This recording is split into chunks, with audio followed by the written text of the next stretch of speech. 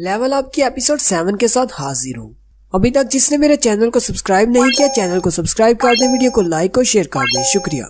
एक stone monster एक dungeon में से बाहर आ जाता है, जहाँ पर बहुत सारे हंटर्स उससे निपट रहे होते हैं, जिनमें 8 ई रैंक के हंटर्स होते हैं, जबकि एक ही डी रैंक का हंटर होता है और उनके पास 2 हीलर्स होते हैं, जिनमें से एक जूही होती है। जिनवू जूही की तरफ देखता है और कहता है, पूरा 1 हफ्ता हो चुका है हमें उस डंजन से बाहर निकले, लेकिन मुझे नहीं लगता कि अभी तक उस ड्रामा से बाहर निकली है, और ऐसा ही मेरे साथ भी है। लेकिन साथ ही जिनवू अपनी तलवार को ऊपर की तरफ उठाते हुए कहता है, नहीं, मेरे साथ ऐसा नहीं है, मुझे स्ट्रॉन्ग बनना है, मुझे अपने उस डर को पीछे छोड़ना होगा। जिनवू अपना स्टैंस लेते हुए कहता है, ये वाला बॉस अभी जिस डंजन में जिस बॉस से लड़कर आ रहा हूँ उससे 1 रैंक लोअर है, यानी उससे ज्यादा पावरफुल है। अगर मैं इसे डिस्ट्रॉय नहीं कर सकता तो कम से कम मैं इसके डिफेंसेस को वीक कर सकता हूँ। फिर जिनवू अपनी पूरी पावर को इस्तेमाल करते हुए अपनी टूटी हुई तलवार के टुकड़े को उस बड़े से पत्थर के बॉस मॉन्स्टर की तरफ फेंकता है। जिनवू की तलवार उड़ती हुई इस बॉस मॉन्स्टर की तरफ जा रही होती है। उसी वक्त उस बॉस मॉन्स्टर के साथ फाइट करते हुए हंटर्स का सीन दिखाते हैं। वो हंटर्स कह रहे होते हैं, अगर ऐसे ही चलता रहा तो हम सब लोग यहीं पर मारे जाएंगे, अगर कोई हाई रैंक का हंटर यहाँ पर नहीं आया। जबकि डी रैंक वाला टैंक भी उसको भी ब्लॉक करके खड़ा होता है। जूही उसे पीछे से हील कर रही होती है और उसे कहती है, अब तुम क्या करना चाहते हो, हमारा हीलिंग मैजिक भी खत्म होने वाला है। और उसी वक्त जिनवू की तलवार आकर उसके मुंह पर लगती है, जिससे वो स्टोन मॉन्स्टर टूटना शुरू हो जाता है। वो सारे कहते हैं, हमें लगता है कि हमारा अटैक काम कर रहा है,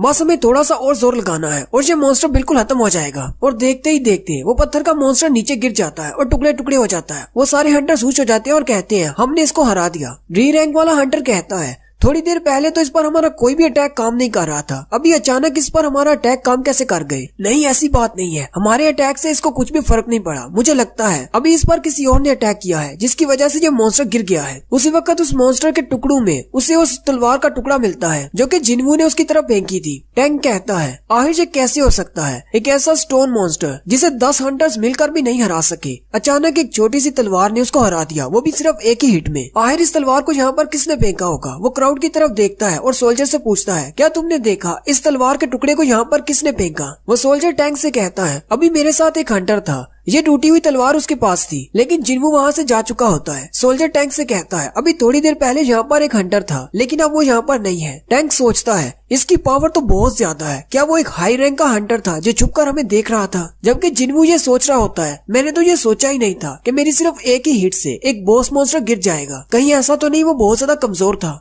और साथ ही जिनवू के स्टैट्स वाली विंडो दिखाते हैं, जिसमें उसका लेवल 18 हो चुका है और उसकी स्ट्रेंथ 48% पर पहुंच चुकी है। नेक्स्ट सीन हॉस्पिटल के रूम का होता है। जिनवू अपने हॉस्पिटल के रूम में वापस चला जाता है और वहाँ पर भी वो वर्कआउट कर रहा होता है और अब उसके पास मसल्स भी हैं और 6 पैक्स भी हैं। वो चिन अप्स और पुशअप्स कर रहा होता है। एक नर्स जैसे कमरे में दाखिल होती है, जिनवू सामने पुशअप्स कर रहा होता है। वो शर्माते हुए चेहरा दूसरी तरफ कर लेती है और कहती है, मुझे माफ कर देना, मैं ऐसे ही कमरे में आ गई। जिनवू उठकर खड़ा हो जाता है और अपनी शर्ट पहनना शुरू करता है, जबकि वो नर्स चुपके से उसकी तरफ देख रही होती है और कहती है, जब ये पेशेंट यहाँ पर आया था क्या इसकी बॉडी पहले भी ऐसी थी? नर्स जिनवू से कहती है, क्या आज तुम डिस्चार्ज होने वाले हो? जिनवू से कहता है, हाँ, मैं आज ही डिस्चार्ज होने वाला हूँ। वो नर्स शर्माते हुए अपना मोबाइल जिनवू के सामने करती है और उसे कहती है, अगर तुम बुरा न मनाओ तो क्या मुझे अपना नंबर दे सकते हो? जिनवू भी उसकी बात सुनकर हैरान हो जाता है। वो नर्स उसे कहती है, अगर तुम्हें इससे कोई मसला नहीं तो मुझे अपना नंबर दे दो। जिनवू ये सोच रहा होता है, शायद हॉस्पिटल के कोई टेस्ट रिजल्ट्स होंगे जो इन्होंने मुझे बाद में सेंड करने होंगे, चलो इसे नंबर दे देता हूँ। और फिर जिनवू उसके मोबाइल में उसे अपना नंबर दे देता है।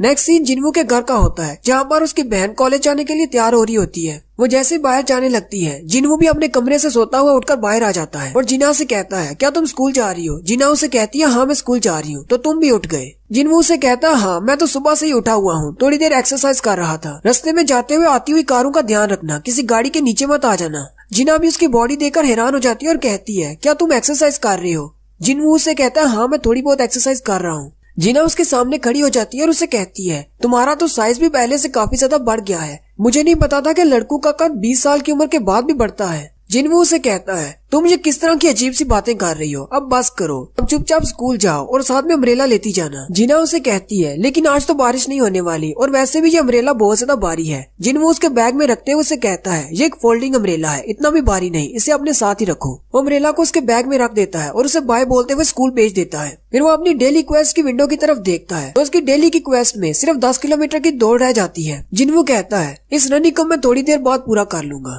फिर जिन्हू अपने मसल्स की तरफ देखता है और कहता है मेरे मसल्स तो बहुत ही जल्दी ग्रो कर रहे हैं, सिर्फ चंद हफ्तों की ट्रेनिंग के बाद ऐसा नहीं हो सकता। इसका मतलब तो यही है कि जितना मैं अपने स्टैट्स को बढ़ाता जाता हूँ उस हिसाब से मेरी बॉडी भी चेंज होती है। फिलहाल मैंने अपनी स्ट्रेंथ को 48% पर रखा हुआ है, जिसकी वजह से मेरी बॉडी के मसल्स चेंज हो रहे हैं। मुझे लगता है कि मैंने स्ट्रेंथ स्टैट में बहुत ज्यादा पॉइंट्स को ऐड कर दिया है। अगर मैं इसी तरह पॉइंट्स को ऐड करता रहा तो कहीं ऐसा ना हो कि मैं इस तरह का दिखने लग जाऊं। जिन्हू कहता है मुझे अपनी स्ट्रेंथ को बैलेंस करना होगा। मेरे पास अभी भी 12 पॉइंट्स हैं जिन्हें मैं बाकी के स्टैट्स में भी ऐड कर सकता हूँ। मुझे स्ट्रेंथ के साथ साथ बैलेंस और एजिलिटी भी चाहिए, स्पीड भी चाहिए, इसके अलावा हेल्थ और एसेंस भी चाहिए। फिर वो अपने 12 पॉइंट्स में से 2 पॉइंट अपनी स्ट्रेंथ में बढ़ा देता है, जबकि अपनी एजिलिटी में 8 पॉइंट्स ऐड करता है और अपनी सेंस में 2 पॉइंट्स ऐड करता है। उसी वक्त जिन्हू के मोबाइल पर कॉल आती है। जिन्हू कहता है क्या ये मेरे गिल्ड की तरफ से है, लेकिन असल में वो कॉल उसके लैंडलॉर्ड की तरफ से होती है। वो कॉल को एक्सेप्ट करता है। उसका मकान मालिक उसे कहता है तुम काफी दिनों से मेरी कॉल क्यों नहीं अटेंड कर रहे। जिन्हू उसे कहता है मैं डंजन में जख्मी हो गया था, इसलिए 1 हफ्ते तक हॉस्पिटल में था। मकान मालिक उसे कहता है अच्छा ठीक है, मुझे पता है कि तुम अक्सर जख्मी होकर ही आते हो। मुझे ये बताओ कि तुमने इस मंथ का रेंट पे करना है या नहीं, या फिर मैं उसे ड्यू में डाल दूं, तुम नेक्स्ट मंथ दोगे। जिन्हू से कहता है नहीं, मैं कुछ करता हूँ, कोशिश करूंगा कि इसी महीने आपको पैसे ट्रांसफर कर दूं। कॉल कट करने के बाद जिन्हू कहता है अगर मुझे वाकई में डबल वेकनिंग मिली है तो मैं पहले से बहुत ज्यादा पैसे कमा सकता हूँ। अगर मैं इसी तरह अपनी बॉडी को एक्सरसाइज करता रहा तो बहुत ही जल्दी मैं एक टॉप रैंक हंटर बन जाऊंगा,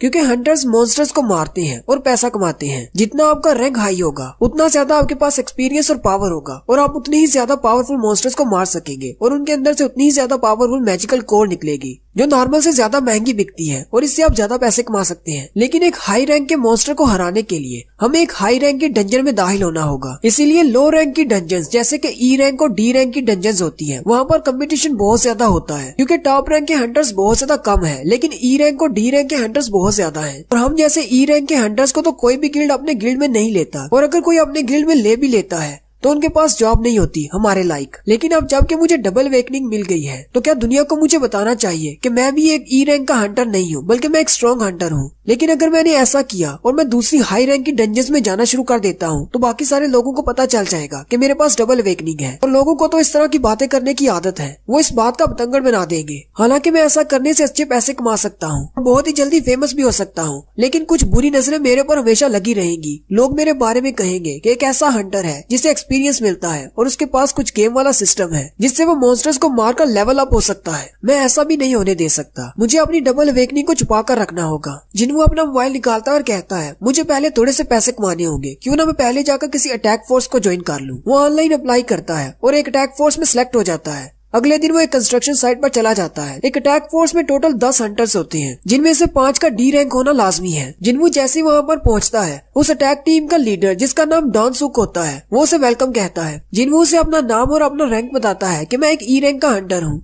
वहीं पर 2 और भी हंटर खड़ी होती हैं जो कि उसे देखकर हंसना शुरू कर देते हैं और कहते हैं बॉस हमें इसके बारे में पता है, ये तो बहुत ही फेमस हंटर है। दूसरा उसे कहता है मुझे इसका नाम याद नहीं आ रहा, क्या नाम था इसका। दूसरा उसे कहता है सबसे वीक हंटर, और फिर वह दोनों हंसना शुरू कर देते हैं। बॉस उनसे कहता है बस भी करो, हमारे लिए ज्यादा जरूरी है कि हमारी अटैक फोर्स के नंबर्स पूरे होने चाहिए। बॉस जिन्हू से कहता है जैसा कि मैंने तुम्हें फोन पर ही बता दिया था, ये एक सी रैंक की डंजन है और तुम एक ई रैंक के हंटर हो, इसलिए तुम्हें फाइट नहीं करनी, तुम्हें बस हमारा सामान उठाकर जाना है। हमारे पास अपने बंदे कम है, इसलिए तुम्हें ये फॉर्म फिल करना है। मैं इसके बदले तुम्हें 2 लाख शुआन दूंगा। जिन्हू उन सब की तरफ देखता है और कहता है इनके पास 5 सी रैंक के हंटर्स हैं, जबकि 4 डी रैंक के हंटर्स हैं। साथ ही वो रूल के बारे में बताता है कि एक डंजन में एक अटैक फोर्स ले जाने का एक रूल है कि हमारे पास 10 लोग होने चाहिए, जिनमें से 5 कम से कम सी रैंक के होने चाहिए। उसी वक्त जिन्हू के पास एक डी रैंक का हंटर आता है और उससे कहता है मुझे लगता है कि हम दोनों ही यहाँ पर सबसे वीक हैं। वो उसे कहता है मेरा नाम जिन्हो है और मेरी उम्र 22 साल है, मैं एक डी रैंक का हंटर हूँ और मैं यहाँ पर डी रैंक्स में से सबसे कमजोर हंटर हूँ। लेकिन जिन्हो ने अपनी बॉडी पर बहुत ही महंगे इक्विपमेंट्स पहने होते हैं। जिन्हू इसे देखकर हैरान हो जाता है और कहता है क्या ये किसी अमीर शख्स का बच्चा है। जिन्हू कॉन्ट्रैक्ट के पेपर पर साइन कर देता है और बॉस से कहता है अब मुझे बताओ मुझे क्या करना है। बॉस उसे कहता है तुम्हें बस हमारा सामान उठाना है, इसमें हमारा खाना और बाकी की चीजें हैं, तुम इसे उठा लो। जिन्हू बॉस से कहता है क्या हम लोग अपने साथ हीलर नहीं लेकर जाएंगे। बॉस से कहता है नहीं, ये मेरी पर्सनल अटैक फोर्स है, इसलिए कोई भी हीलर हमारे साथ चलने को तैयार नहीं। वैसे भी हम लोग हमेशा ऐसे ही जाते हैं, अपने साथ हीलर नहीं लेकर जाते। जिन्हू उस कॉन्ट्रैक्ट को फिर से देखता है तो इसमें एक लाइन लिखी होती है कि अगर इस डंजन के अंदर मेरे साथ कुछ भी होता है तो मैं इसकी जिम्मेदारी अपने बॉस पर नहीं डालूंगा। जिन्हू कहता है इनके पास तो कोई हीलर भी नहीं, इसलिए इस लाइन को मानना थोड़ा सा मुश्किल है। बाकी के हंटर्स बॉस से कहते हैं बॉस चलो जल्दी से अंदर चलते हैं, वैसे भी हम सारे मॉन्स्टर्स को मार देने वाले वाले हैं, इसलिए इन बच्चों को समझाने की जरूरत नहीं। जिन्हो जिन्वू से कहता है परेशान होने की जरूरत नहीं, मैं भी तुम्हारे साथ हूँ, अगर कुछ होता है तो मैं तुम्हें प्रोटेक्ट करूंगा। जिन्वू उसकी तरफ देखकर हंसना शुरू कर देता है। फिर जिन्वू उनके बैग्स उठा लेता है। फिर वो सारे लोग डंजन में जाने के लिए रेडी हो जाते हैं। बॉस उनको बताते हैं कि यहाँ पर कंस्ट्रक्शन का काम रोक दिया गया है, इसलिए यहाँ पर हमारे अलावा कोई भी नहीं है। जिन्हो जिन्वू से कहता है यहाँ पर जो बॉस था, जो काम करवा रहा था, उसने 9 करोड़ वॉन लिए और यहाँ से चला गया, ओवरसीज चला गया है। यहाँ पर काम करने वाले वर्कर्स और सारे फंडर्स जो कि इस बिल्डिंग को फंड कर रहे थे, वो सारे बहुत ज्यादा मुश्किल में पड़ चुके हैं। जिन्वू उससे कहता है लेकिन तुम ये सारी बातें मुझे क्यों बता रहे हो? जिन्हो फिर से जिन्वू से कहता है ये दोनों बैग्स तो बहुत ज्यादा भारी होंगे, क्या तुम्हें मदद चाहिए? जिन्वू से कहता है कोई बात नहीं, मैं उन्हें उठा लूंगा। जिन्हो जिन्वू से कहता है क्या तुम हमेशा इसी तरह चुप रहते हो? जिन्वू से कहता है नहीं, ऐसी बात नहीं है, तुम ही बस कुछ ज्यादा बोल रहे हो। जिन्हो हंसते हुए से कहता है क्या मैंने तुम्हें परेशान कर दिया? असल में लोग मुझे ज्यादा सीरियसली नहीं लेते, हंटर बनना मेरी एक हॉबी है। जिन्हो उसकी सारी बातें सुनकर बहुत ज्यादा पक रहा होता है। वो लोग डंजन के गेट के सामने पहुंच जाते हैं। बॉस उनसे कहते हैं हम लोग पहुंच गए। वो सारे कहते हैं इस डंजन का गेट तो नॉर्मल से बहुत ज्यादा बड़ा है। बॉस का साथी उसे कहता है क्या तुम्हें पक्का पता है कि ये एक सी रैंक की डंजन है? बॉस उसे कहता है हाँ मुझे पक्का पता है, गिल्ड वालों ने कंफर्म करके बताया है कि ये एक सी रैंक की डंजन है। मैंने बहुत सारे लोगों को यहाँ पर आते और जाते देखा है। जिन्हो डंजन के गेट को देखकर घबरा जाता है। जिन्वू से कहता है क्या तुम डंजन में पहली बार आए हो? जिन्वू से कहता है डंजन के गेट के साइज का बड़ा होना मैटर नहीं करता, गिल्ड वाले उसके अंदर से निकलने वाली एनर्जी पर डिसाइड करते हैं कि इस डंजन को कौन सा रैंक देना है। बी रैंक या उससे ऊपर की रैंक की डंजन्स को सिर्फ बड़े हंटर गिल्ड्स वाले ही सॉल्व करते हैं। लेकिन तुम्हें सही बात बताऊं तो मेरा भी ये पहली बार है, मैं अभी सी रैंक की डंजन में पहली बार जा रहा हूँ। बॉस उनसे कहते हैं चलो ठीक है, मैं अंदर जा रहा हूँ, तुम लोग भी मेरे पीछे आ जाओ। फिर वो सारे बॉस के पीछे उस डंजन के अंदर चले जाते हैं और यहीं पर हमारी एपिसोड 7 का एंड होता है।